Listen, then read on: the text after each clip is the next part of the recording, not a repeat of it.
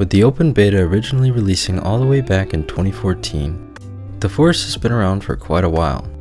The sequel, Sons of the Forest, is set to release sometime early next year. In the trailer, it hints at something that I found pretty interesting. It seems as if you will be able to work alongside the cannibals. I have played the forest a few times in the past, and there was a common theme with each playthrough. Every time I saw a cannibal, my first instinct was just to murder them. Never once did I consider how they were feeling. So, today, I'm going to have a change of heart. Let's find out if it's possible to be friends with the cannibals.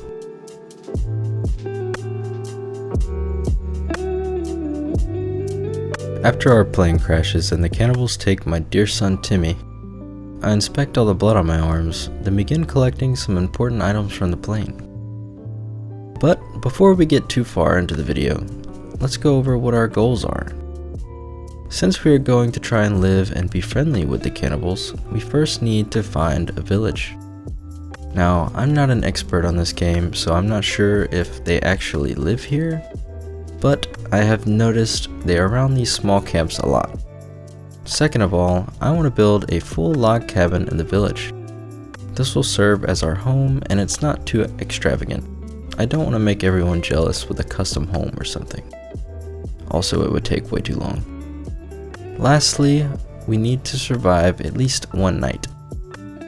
If I'm going to say we are friendly with our neighbors, I need to be able to sleep without them waking me up. And there is of course one rule: I'm not allowed to die. If I do, I will restart on a fresh save. So with that said, let's get this thing started. First things first, we have to grab our plane axe. Without this, we would be pretty useless. All of these luggage crates can provide us with a good starting point. That way we can focus on our goals instead of searching for food constantly. After collecting all of the loot from around the plane, we take a walk here, as you can see on the map. And eventually we run into this village. Look at all the cool artwork they have created. I take the ropes they left up because I'm assuming they won't be needing them anymore. Then I found a rabbit and did a quick 360 no-scope to kill it. Not sure how it even hit, to be honest, but I'm not complaining. His friend, however, was too quick and I just had to let him go. I did a bit more exploring and walking around and made it all the way into this corner on the map. Here we found an even larger village. This will work nicely as our new home. We immediately find one of our new friends here waiting to greet us. I'm not sure if it's because of all the blood on my arms or the axe, but he just instantly ran away. I was once again left all alone. I found another cool art piece, presumably made by our future friends, and decided to grab the ball out of his mouth. And no one else other than my friend came walking back. They slowly creeped around the corner. Maybe he wanted to play catch. Nope, he just ran away again. I threw the ball out of frustration and settled on a place to put my starter home. This nice big open area shouldn't interfere with our neighbors, and we can settle in nicely. We of course need some resources first, so I got quick at work to chop down some trees. There's something very satisfying about destroying the environment.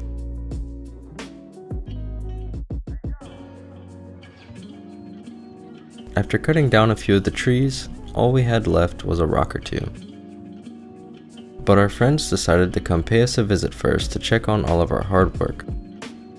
I tried to communicate with them through sign language, but it seems as if they just didn't understand and got scared again. It was beginning to get dark, so I finished up the shelter. My friends didn't seem to like this though. They began chasing and attacking me. Maybe they were upset and thought I was moving in too quickly.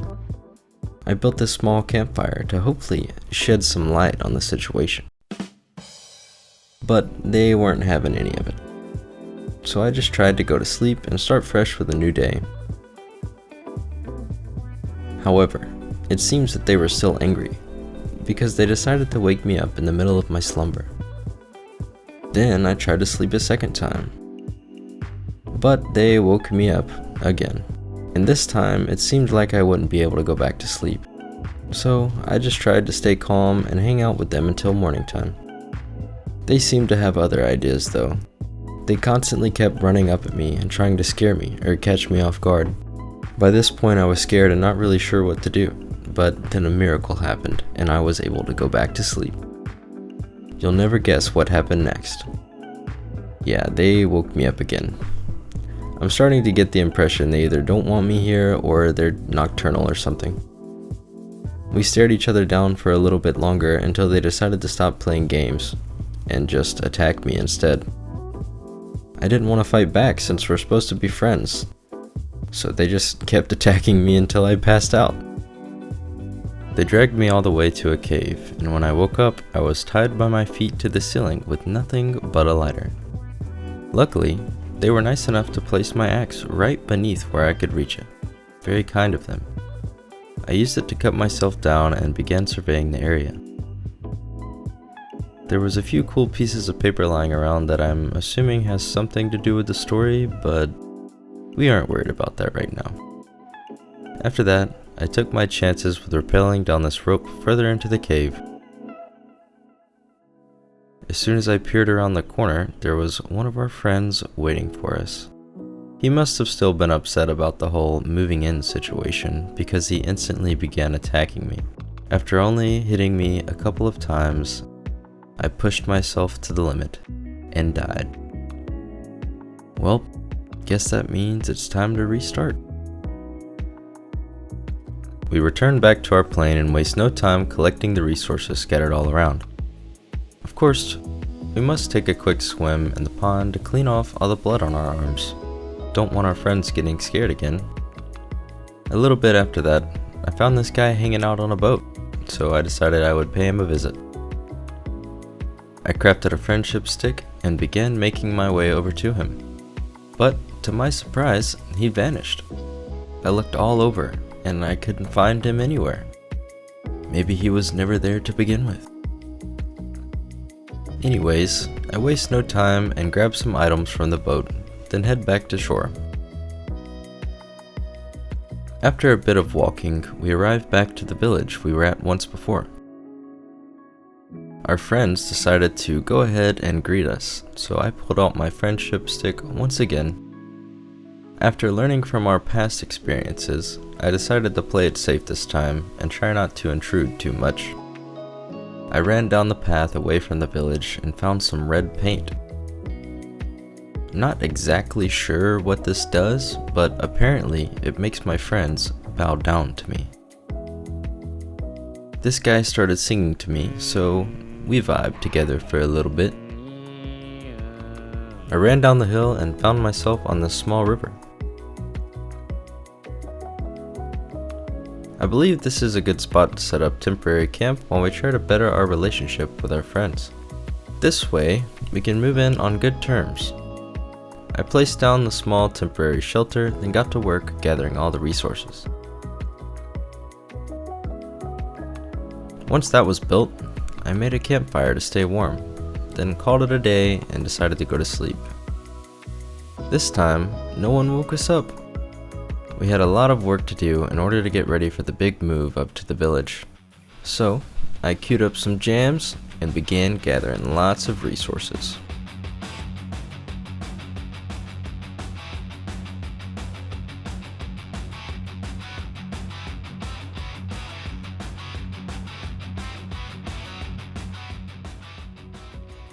After tiring myself out, I took a trip up to visit our friends so we could perform some team building exercises. As you can tell, they were all very excited to see me and instantly began running towards me. They attacked the friendship stick over and over again, sometimes even hitting each other.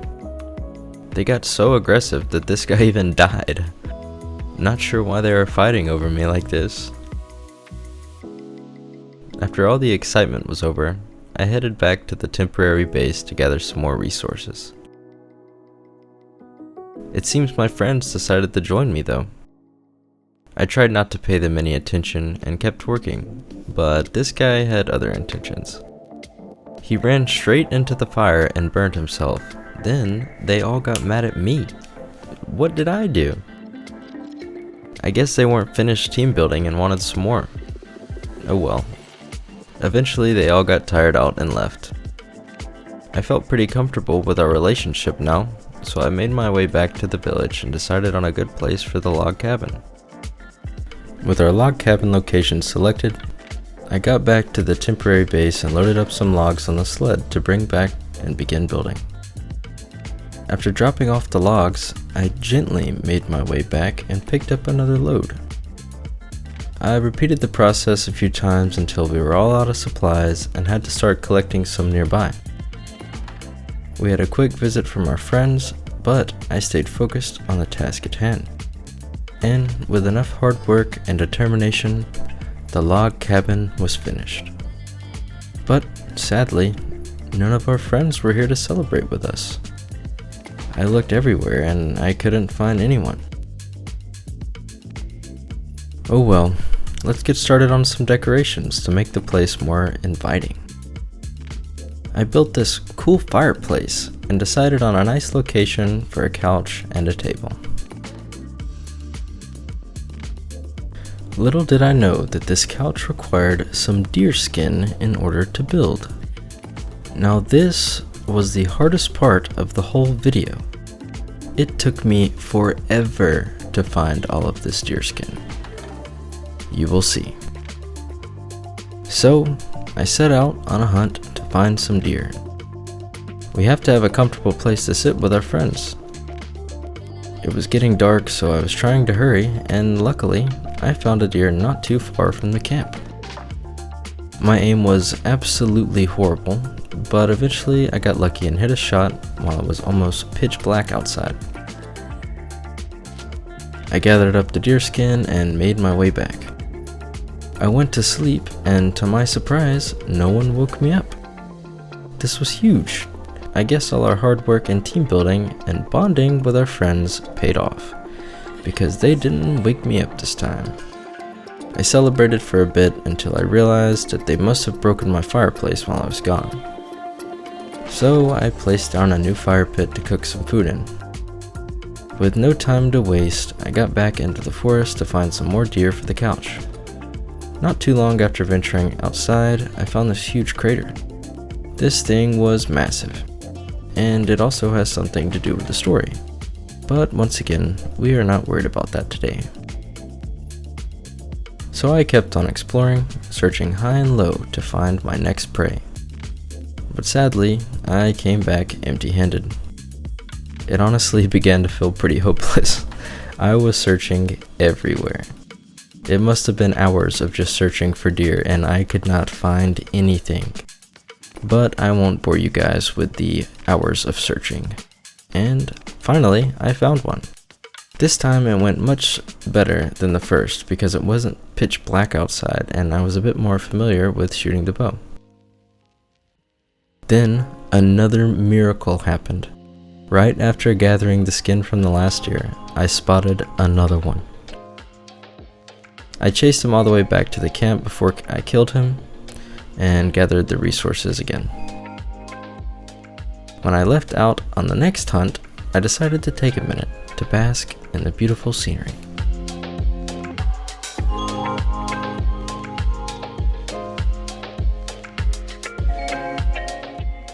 I chose to close off the windows on the cabin so that the light from my fire would not be bothering the neighbors. With this completed, I now only needed a few more deer skin. Now, that might not sound like a lot, but really, it is. I don't want to sound like a broken record, but it took me forever to find these deer. But nevertheless, I set out once again to hunt, and after hours, it felt like, of searching, my hard work and dedication paid off once again. I found 2 deer sitting close to each other. For some reason, they always seemed to spawn in pairs. Anyways, I made quick work of them because I was getting pretty good at shooting the bow by this point. I happily brought my deer back and added it to the couch. Afterwards, I walked back out to search for some more deer. But this time I got extremely lucky and there happened to be one really close by to the cabin. I took him out quickly and added it to the collection. I now only needed one more deerskin. After a couple more days of searching, I was almost dying of thirst, so I went to get some water. But on my way back, I spotted another one. It kind of took me by surprise because I wasn't really looking at the time, but I made no hesitations, pulled out my bow, and got to work. At this point, I could do it with my eyes closed. After collecting the skin, I ran straight back home and added it to the couch. What else to do now other than take a seat and enjoy this creation I worked so hard for? I felt like this still wasn't enough though. I really wanted to impress our guests, so I added a few more decorations to spice things up. Once all the decorations were in place, it was time to wait for our friends to arrive and enjoy a nice day with them. But for some reason, I couldn't find anybody anywhere. I sat and waited for a while, but nobody showed up. I can't believe they would just betray me like this. I worked so hard for them so we could be friends. Eventually, a few people started to come around, but they weren't in too good of a mood. Maybe if I play some music, everyone will chill out and we can have a good time. Unfortunately, no amount of dancing or music I tried to give them was working. So, I opened up my front door to show them I was friendly so they could come inside and hang out. After all, I worked so hard on this couch for us to share. But to no avail, me and my friend had one final, epic standoff before he ran away, never to be seen or heard from again. I was left all alone once again, and with no other choice, I walked back inside my lonely house and sat by myself, sulking in the abandonment my friends have left me with. I tried so hard to be friendly, but they just would not accept my generosity. So, with that being said, I guess you really can't be friends with the cannibals. No matter how hard you try to be friends with them, they will stab you in the back and treat you like an outsider.